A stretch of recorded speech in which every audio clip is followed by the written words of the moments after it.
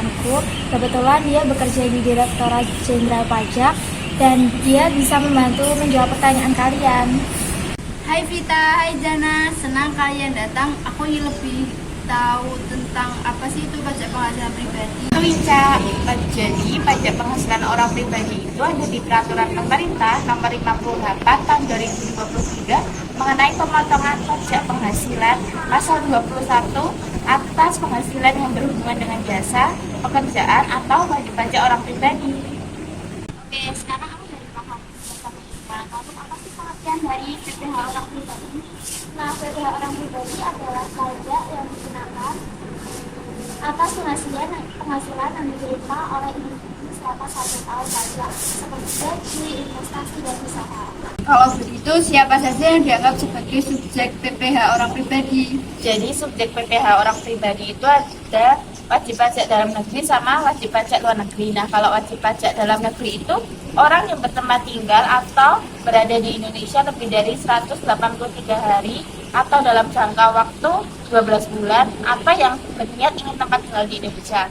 Sedangkan kalau wajib pajak luar negeri itu orang yang tidak bertempat tinggal di Indonesia tetapi mendapatkan penghasilan dari Indonesia. Bagaimana dengan objek pajaknya? Lalu apa aja yang termasuk di dalamnya?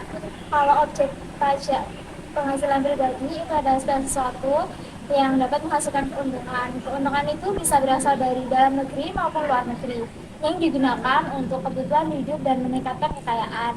Contohnya itu gaji, laba, dividen, dan hadiah. Oh, jadi penghasilan itu dari berbagai sumber ya? Lalu bagaimana dengan tarif pajaknya? Jadi di Indonesia itu menganut tarif pajak yang bersifat progresif, artinya tarif pajak itu meningkat seiring dengan meningkatnya pendapatan. Kalau kamu punya pendapatan sebesar 0 sampai 60 juta itu akan dikenai tarif pajak 5%. Kalau pendapatanmu 60 juta sampai 250 juta itu akan dikenai tarif pajak sebesar 15%. Kalau 250 juta sampai 500 juta akan dikenai tarif pajak 25%. Kalau pendapatanmu di antara 500 juta sampai 5M akan dikenai 30%, dan kalau pendapatanmu di atas 5M akan dikenai pajak sebesar 35%. Penghasilan kena pajak atau yang disebut dengan PKP. PKP merupakan penghasilan yang melebihi dari besaran PTKP. Misal penghasilan dari teman-teman yaitu 70 juta, maka nanti PKP-nya sebesar 70 juta dikurangi PTKP-nya sebesar 54 juta, jadi penghasilan kena pajaknya sebesar 16 juta. PTKP adalah penghasilan tidak kena pajak. Misal untuk tahun ini, wajib pajak orang pribadi adalah 54 juta, sedangkan penghasilan juga itu akan tidak dikenai pajak. 1. Klik laman berikut. Masukkan nomor NPWP dan password yang sudah Anda buat. Klik ikon billing system. Ini kotak yang berwarna hijau yang bertulisan di SSE. Isi surat setoran elektronik. Pilih jenis masa pajak yang ingin dibayarkan, pilih masa per bulan, tahun masa pajak, dan isi jumlah nominal setoran yang ingin Anda bayarkan. Setelah muncul dua kotak dialog, pilih ya dan oke. Pilih kotak berwarna hijau untuk kubu SPP dan kotak berwarna ungu untuk kode. Setelah muncul pemberitahuan kode, klik OK. Di laman ini akan menampilkan informasi Anda dan kode billing. Setelah mendapatkan ID billing, Anda dapat melakukan pembayaran melalui bank, ATM, atau mobile banking. Yuk, ikut saya bayar pajak.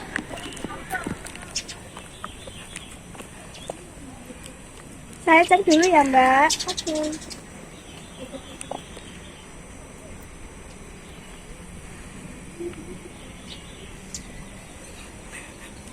Ini Mbak. Terima kasih, sama-sama. Vita bekerja sebagai pegawai tetap di PT ABC Jaya, memiliki status tidak kawin dan tidak mempunyai tanggungan. Vita menerima gaji setiap bulan sebesar 10 juta. Bagaimanakah cara melakukan perhitungan PPh 21 untuk Vita? Cara menyelesaikannya, pertama, kita cari penghasilan bruto setahun, yaitu hasil perkalian dari Gaji selama 1 bulan dikalikan dengan 12 terdapat hasilnya yaitu 120 juta.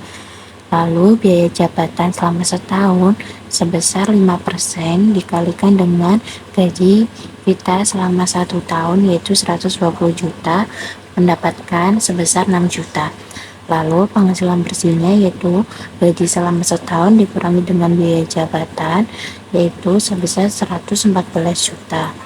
Selanjutnya, karena Vita berstatus tidak kawin dan tidak memiliki tanggungan, maka besar penghasilan tidak kena pajaknya sebesar 54 juta. Setelah itu kita menghitung penghasilan kena pajak didapatkan dari penghasilan bersih dikurangi dengan penghasilan tidak kena pajak mendapatkan hasil sebesar 60 juta.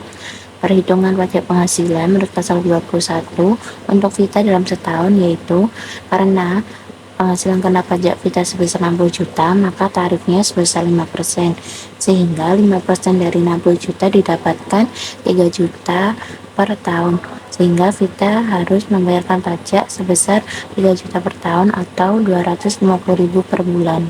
Soal selanjutnya, Yana bekerja di Universitas Cerdas sebagai dosen tetap yang memperoleh gaji per bulan sebesar 6 juta. Yana juga membayar iuran pensiun sebesar 100.000. Yana sudah menikah dan penghasilannya terpisah dari suaminya tapi belum mempunyai anak atau tidak mempunyai tanggungan. Bagaimana cara melakukan penghitungan PPh 21 rencana? Pertama, kita mencari penghasilan bruto setahun yaitu dengan penghasilan per bulan dikalikan dengan 12 menghasilkan 72 juta. Lalu biaya jabatan selama setahun yaitu 5% dikalikan dengan penghasilan bruto setahun menghasilkan 3.600.000. Biaya pensiunnya yaitu sebesar 100.000 per bulan dikalikan dengan 12 menghasilkan 1.200.000 sehingga penghasilan bersihnya sebesar gaji selama setahun dikurangi dengan biaya jabatan setahun ditambah dengan biaya pensiun, sehingga menghasilkan penghasilan bersihnya sebesar 67.200.000.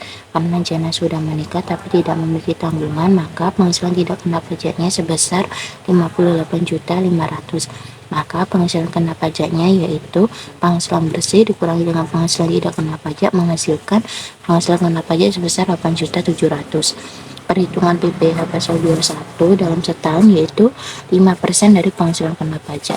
Karena 8.700.000 berada di rentang pertama, maka tarifnya sebesar 5%, sehingga 5% dari PKP atau 8.700.000 menghasilkan 435.000 per tahun atau harus membayarkan sebesar 36.250 per bulan. Jadi apa sih konsekuensinya apabila kita tidak membayar pajak? Apabila kita tidak membayar pajak, kita bisa dikenai denda, sanksi, bahkan tuntutan pidana. Untuk denda yang harus dibayar bahkan sampai 200% dari jumlah pajak yang harus dibayarkan. Jadi penting bagi kita untuk membayar pajak tepat waktu ya teman-teman.